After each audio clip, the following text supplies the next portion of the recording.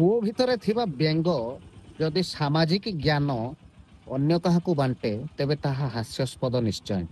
କାହିଁକି ନା କୂଅ ଭିତରେ ଥିବା ବେଙ୍ଗ ତାର ଦୁନିଆ ସେ କୂଅ ଭିତରେ ହିଁ ସୀମିତ ଥାଏ।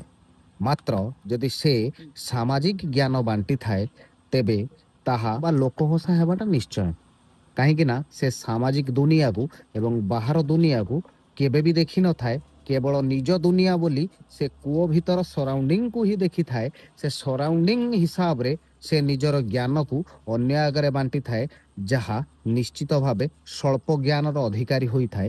ସେଇଥିପାଇଁ ତ କହୁଛି, କେବେ ବି ନିଜ ଜ୍ଞାନକୁ ସୀମିତ ନ ରଖି ତାକୁ ପର୍ଯ୍ୟାପ୍ତ କରିବାର ଆବଶ୍ୟକତା ଅଛି ଏବଂ ସବୁ ମୁହୂର୍ତ୍ତରେ କିଛି ନା କିଛି ଜ୍ଞାନ ଆହରଣ କରିବାର ଅଛି। ଏ ଦୁନିଆରେ ଜ୍ଞାନର ଅଭାବ ନାହିଁ। ଏ ସମାଜରେ ଜ୍ଞାନ ବା ଶିକ୍ଷାର ଅଭାବ ନାହିଁ। ବଞ୍ଚିଥିବା ପର୍ଯ୍ୟନ୍ତ ଶିକ୍ଷା ନେବାର ଆବଶ୍ୟକତା ଅଛି। ଏଇ ତ ଜୀବନର କଥା।